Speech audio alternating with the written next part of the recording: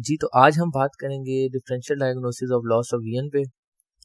तो जैसा कि हमें पता है दो ही प्रेजेंटेशन मिलनी है आई में, ठीक है। एक तो रेड आई, ठीक है, और दूसरा लॉस ऑफ विजन। रेड आई के डिफरेंशियल हम पहले कवर कर चुके हैं लास्ट लेक्चर्स के अंदर। हमने एक्यूट कंजेस्टिव ग्लूकोमा देखा, उसके अंदर हमें रेड आई नजर आई। एंटीरियर यूवियाइटिस देखा, एक्यूट कंजक्टिवाइटिस देखा, एक्यूट केराटाइटिस हो गया, एक्यूट सेक्लेराइटिस हो गया, एक्यूट एपिसेक्लेराइटिस हो गया, सब कंजक्टाइवल हेमरेज हो गया। देखा हमने ये कि अगर वो स्टार्ट में ही कह रहे हैं कि बाइलेटरल रेड आई है और लॉस ऑफ विजन नहीं है, सिर्फ कंजक्टाइवा की इन्फ्लेमेशन दिखाई दे रही है, तो उसका आंसर क्या होगा? उसका आंसर होगा कंजक्टिवाइटिस, ठीक है। और इन सेकंड केस अगर वो कहते हैं यूनिलेटरल रेड आई है, लॉस ऑफ विजन के साथ, प्यूपिल डायलेटेड है, ओवियाइड है और शैलो एंटीरियर चैम्बर है, तो वो हमारे पास क्या होगा? एक्यूट कंजेस्टिव ग्लूकोमा, ठीक हो गया। एक और केस है, उसके अंदर वो हमें कहते हैं कि रेड आई है, लॉस ऑफ विजन है, हमारे पास प्यूपिल कंस्ट्रिक्टेड है और पस इन एंटीरियर चैम्बर है, तो that is always going to be the case of anterior uveitis, ठीक हो गया। फिर वो हमें एक और केस में कहते हैं कि रेड आई है और लॉस ऑफ विजन के साथ हमें कॉर्निया पे वाइट स्पॉट्स मिल रहे हैं और फ्लोरिसेंट स्टेन जो है हमारे पास अल्सर पिक कर रहा है, तो केस हमेशा हमारे पास जो होगा वो कैरेटाइटिस या कॉर्नियल अल्सर का होगा। और अगर हमारे पास आई की पेरिफेरी में रेडनेस है और डिफ्यूज्ड रेडनेस है, तो सेक्लेराइटिस होगा, और अगर लोकलाइज्ड है तो एपिसेक्लेराइटिस होगा, ठीक हो गया। अगर सुपरफिशियल वेसल्स हमारे पास इमोबाइल हैं तो ये सेक्लेराइटिस है, और अगर मोबाइल हैं तो ये एपिसेक्लेराइटिस है, ठीक है। एक और इसकी निशानी ये है कि डीपर सेक्लेरा अगर ब्लू है, ब्लू नजर आ रहा है, तो एपिसेक्लेराइटिस है, और अगर रेड एंड कंजेस्टेड है तो वो सेक्लेराइटिस कहलाएगा, ठीक हो गया। फिर हम देख लेते हैं लास्ट जो हमने पढ़ा था डिफरेंशियल रेड आई का, उसका एक केस देख लेते हैं। अगर सिर्फ ब्लड हो हमारे पास कंजक्टाइवा की बैक में, ठीक है, और कोई लैक्रिमेशन, फोटोफोबिया, आई एक, हेडेक, इवन के लॉस ऑफ विजन भी ना हो, तो सिंपली रेडनेस हो, तो हम उसे क्या कहेंगे? दैट इज सब कंजक्टाइवल हेमरेज। ये तो बात हो गई रेड आई के डिफरेंशियल्स के ऊपर, उनके हमने केसेस भी देख लिए, रिवीजन हो गई सारी, ठीक है। इस लेक्चर में हमने देखने हैं differential diagnosis of loss of vision को। इंशाल्लाह नेक्स्ट लेक्चर के अंदर फिर हम वन बाय वन इनकी डिटेल पढ़ेंगे। So coming to the case of loss of vision, सबसे पहले तो हमें अप्रोच ही सेट करनी है कि हमने जाना किधर है, कौन से डिफरेंशियल सोचने हैं।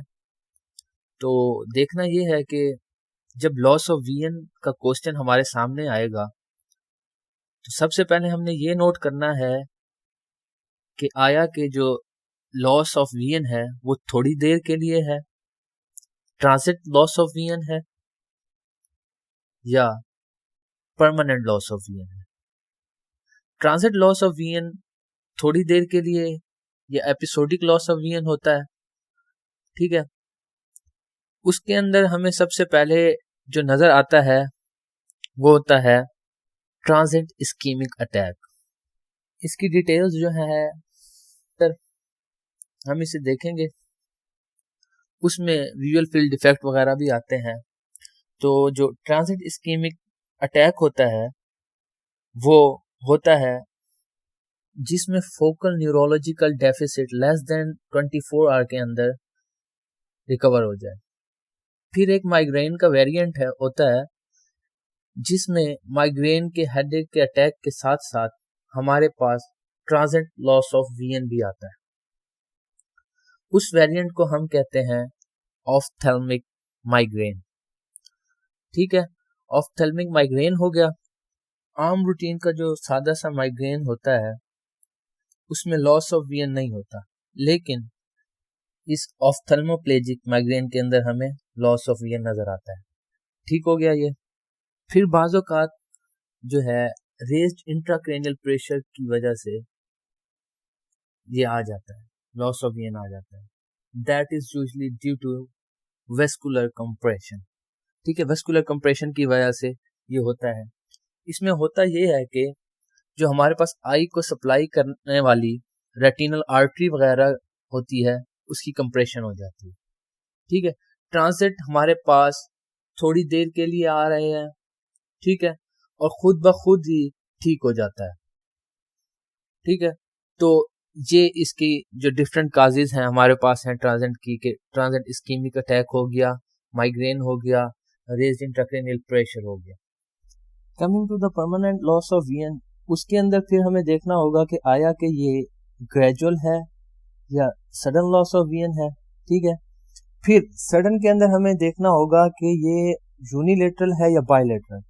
तो जो बायलेटरल को हम देख लेते हैं, जो बायलेटरल होता है ना, ये बहुत ही रेयर होता है। इसके अंदर जो हमें केस ज्यादातर सामने आते हैं बायलेटरल लॉस ऑफ विजन के, वो ट्रॉमा की वजह से होते हैं, कोई चोट वगैरह लग गई उसकी वजह से बायलेटरल लॉस ऑफ विजन हो सकता है, या बाज़ औक़ात बायलेटरल इस्कीमिया होता है उसकी वजह से हो सकता है। ठीक है, और एक और स्टेट है जो हाई ब्लड प्रेशर स्टेट है हमारे पास, फिट्स वगैरह के साथ आती है, इक्लम्पिया, उसके साथ हमें बायलेटरल लॉस ऑफ विजन नजर आ सकता है। अदरवाइज ये हमें नजर नहीं आएगा, जो बहुत ही रेयर होता है। फिर जब हम यूनिलेटरल की तरफ आते हैं तो हमें डिफरेंशियल माइंड के अंदर सोचने होंगे कि आया कि ये पेनफुल है या पेनलेस है। एक बात हमने जहन नशीन कर लेनी है, जब भी पेनफुल कंडीशन की बात हो रही होगी तो हमारे माइंड के अंदर फौरन आ जाना चाहिए कि ये एंटीरियर कंपार्टमेंट की बात हो रही है। ठीक है, और इन फ्रंट ऑफ लेंस की बात हो रही है कि ये पेनफुल है। उसके अंदर हम पढ़ चुके हैं, जैसे ग्लूकोमा पढ़ा है, एंटीरियर यूवियाइटिस पढ़ा है, केराटाइटिस पढ़ा है। ठीक है, ये वाली कंडीशन पढ़ी है, ये सब पेनफुल है। उसके बाद जब भी हमें पेनलेस की बात कर रहे होंगे तो हमारे माइंड में क्लिक करना चाहिए कि ये पोस्टीरियर कंपार्टमेंट के अंदर मसला हो सकता है और ये पेनलेस होगा। ठीक हो गया। सो जब भी sudden onset unilateral painful red eye है, ठीक है, तो ये जो सारे इनके जो कुछ डिफरेंशियल डायग्नोसिस हैं वो हम पहले ही पढ़ चुके हैं, जैसे कि एक्यूट कंजेस्टिव ग्लूकोमा हो गया, रेड आई के साथ प्रेजेंट करता है और साथ में डिक्रीज विजुअल एक्यूटी भी नजर आती है। ठीक है, इसके अलावा हमने एंटीरियर यूवियाइटिस पढ़ा, इसके अंदर भी रेड आई के साथ क्या मिलता है, हमें लॉस ऑफ विजन नजर आता है। नेक्स्ट आता है एक्यूट केराटाइटिस, उसके अंदर कॉर्नियल इन्फ्लेमेशन भी होती है। ठीक है, और फिर आता है एक्यूट सेक्लेराइटिस जो कि प्रेजेंट करता है परफोरेशन के साथ। ठीक है, उसके अंदर सेक्लेरोमलेशिया परफोरेंस होती है। ठीक है, वो हमें दिखाई दे सकता है। सही हो गया। उसके बाद ये चारों जो डिफरेंशियल हैं रेड आई के हम कवर कर चुके हैं। बाकी जो डिफरेंशियल हैं जैसे कंजक्टिवाइटिस है, उसके साथ हमें लॉस ऑफ विजन नजर नहीं आएगा। एपिसेक्लेराइटिस है, ये बिनाइन है, उसमें भी हमें कोई कॉम्प्लिकेशन नजर नहीं आती। और सब कंजक्टिवल हेमरेज है, ठीक है, इसमें भी अमूमन हमारे पास लॉस ऑफ विजन नहीं होता। ज्यादातर पेरिफेरी के अंदर ही हमें ये सब कंजक्टिवल हेमरेज नजर आता है, ब्लड जमा हुआ नजर आता है, इकट्ठा हुआ नजर आता है, अनटिल अनलेस प्यूपिल के सामने ना आ जाए। और अगर ये सामने आ भी जाता है, ठीक है, वो हमारे पास पेनफुल कंडीशन नहीं होगी, वो हमारे पास पेनलेस कंडीशन होगी। ठीक है, तो ये 7 में से 4 डिफरेंशियल ऑफ रेड आई जो है ये हमारे पास पेनफुल लॉस ऑफ विजन भी लाएंगे। ठीक है, इसके अलावा एडिशनल कुछ चीजें हैं। ठीक है, उसमें reactivation of herpes zoster virus आ जाएगा। ठीक है, from the nerve root of ophthalmic nerve, उसको हम नाम देते हैं शिंगल्स का। ठीक है, तो शिंगल की जो टर्म है हम जानते हैं हर्पीस जोस्टर वायरस के साथ। और फिर हमारे पास आएगा सेलुलाइटिस, ठीक है, ये इन्फेक्शन होगा रेड आई आई बॉल का, ठीक हो गया। और अगर कंप्लीट आई बॉल का इन्फेक्शन हो तो उसे हम नाम देते हैं पैन ऑफ्थल्माइटिस, ठीक है। इसके अंदर जो है ये जो पैन ऑफ्थल्माइटिस है ना, ज्यादातर ये कैटरेक्ट सर्जरी की कॉम्प्लिकेशन में नजर आता है, ठीक है, उसकी कॉम्प्लिकेशन के अंदर आ सकता है। फिर हमारे पास जो है वो एक वेस्कुलाइटिस है, उसे हम रिमेटोलॉजी के अंदर पढ़ेंगे, जिसे हम कहेंगे जेंट सेल आर्थराइटिस। ये एक ऐसी कंडीशन है जो वेस्कुलाइटिस है, जो किसी भी टाइम इन्वॉल्व कर सकती है किसी भी ऑफ्थल्मिक आर्टरी को, तो उसे हम नेम देंगे जेंट सेल आर्थराइटिस का। और ये हमने ज्यादातर जो एडिशनल चीजें हैं उन्हें हमने देख लिया है, जिस तरह हो गई शिंगल्स हो गए, सेलुलाइटिस हो गया, जेंट सेल आर्थराइटिस हो गया। उसके बाद हम आते हैं sudden onset unilateral painless loss of vision की तरफ, ठीक है। क्वेश्चन स्टार्ट हो रहा होगा कि patient has presented with sudden onset painless unilateral loss of vision के साथ, तो हमने सीधा सीधा जंप करना है और आ जाना है पोस्टीरियर कंपार्टमेंट, ठीक है। उसका जो पहला डिफरेंशियल डायग्नोसिस है हमारे पास वो होगा कि सेंट्रल रेटिनल आर्टरी ओक्लूजन होगी, ठीक है। जो रेटिनल आर्टरी है वो ब्रांच है इंटरनल कैरोटिड आर्टरी की before it इंटर्स into the base of skull, ठीक है। इसके बाद जो है वो आएगा सेंट्रल रेटिनल वेन ओक्लूजन, ठीक हो गया। ये हम डिटेल्स के अंदर पढ़ेंगे, अभी यहाँ CRVO लिख लें, ठीक हो गया। उसके बाद विट्रस हेमरेज और रेटिनल डिटैचमेंट आ गया, ठीक है। पोस्टीरियर कंपार्टमेंट के ज्यादातर जो मसाइल हैं वो हो सकते हैं विट्रस ह्यूमर के या रेटिना वगैरह के, ठीक हो गया। उसके अलावा जो है लास्ट जो है वो पोस्टीरियर यूवियाइटिस है। तो जो पोस्टीरियर यूवियाइटिस है उससे मुराद ये है कि पोस्टीरियर यूवियल ट्रैक की बात हो रही है। एंटीरियर यूवियाइटिस तो हम पहले कवर कर चुके हैं रेड आई के डिफरेंशियल में, लेकिन यहाँ पे बात हो रही है पोस्टीरियर यूवियल ट्रैक की। जो पोस्टीरियर यूवियल ट्रैक है वो बना हुआ होता है कोराइड से, तो इस वजह से हम पोस्टीरियर यूवियाइटिस को कोरोडाइटिस भी कह सकते हैं, ठीक है। ये हो गया, ये पढ़ेंगे हम। और जहाँ पे हमने एक बात पहले हम कर चुके हैं वो बात हमने याद रखनी है कि अगर वो पेनफुल लॉस ऑफ विजन की बात कर रहे हैं तो ये लेंस से आगे आगे जो भी काजेज हैं उन्हें हमें सोचना होगा। और अगर पेनलेस लॉस ऑफ विजन की बात हो रही है तो हमें जो सोचना होगा वो लेंस से पीछे पीछे वाली काजेज या उनके प्रॉब्लम्स को सोचना होगा, ठीक है। तो यहाँ पर loss of vision, permanent loss of vision जो है सडन ऑनसेट होगा उसका यूनिलेटरल लेकिन पेनलेस होगा, तो उसके अंदर जो हमें काजेज नजर आएंगी वो सेंट्रल रेटिनल आर्टरी ओक्लूजन होगा, सेंट्रल रेटिनल वेन ओक्लूजन होगा, और विट्रस हेमरेज होगा, रेटिनल डिटैचमेंट होगी और पोस्टीरियर यूवियाइटिस हो गया, ठीक है। ये हो गया। उसके बाद हम चलते हैं ग्रेजुअल लॉस ऑफ विजन की तरफ। ग्रेजुअल लॉस ऑफ विजन में one of the leading cause of blindness world wide that is opacification of lens, तो उसे हम नाम देंगे कैटरैक्ट का, ठीक है।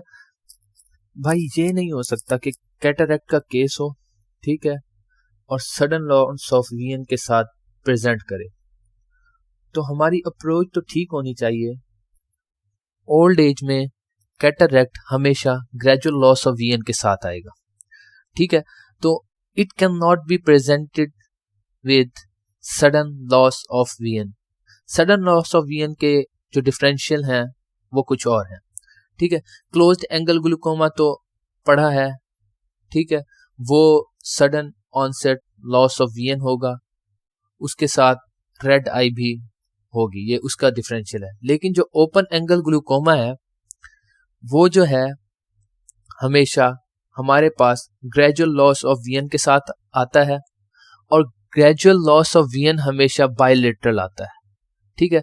तो कैटरैक्ट भी बायलेटरल होता है और ग्लूकोमा भी बायलेटरल ही होता है, लेकिन वो जो इफेक्ट करता है वो एक आंख को ज्यादा इफेक्ट करता है, ठीक हो गया। फिर ओल्ड एज के अंदर जो मैक्यूला होता है जिसे हम हाईएस्ट विजुअल एक्यूटी कहते हैं वो रखता है, उसकी डीजनरेशन हो जाती है। उसकी जो डीजनरेशन होती है उसे हम नाम देते हैं एज सेनाइल मैकुलर डीजनरेशन। फिर हमारे पास डिफरेंट तरह की रेटिनोपैथीज आ जाती हैं, ठीक है। उसके अंदर एक तो होती है डायबिटिक रेटिनोपैथी और दूसरी होती है hypertensive. Last but not least वो ये है कि बेबीज में ब्लाइंडनेस की बड़ी वजह विटामिन की डेफिशिएंसी होती है। तो ये तो हो गए differential diagnosis of loss of vision.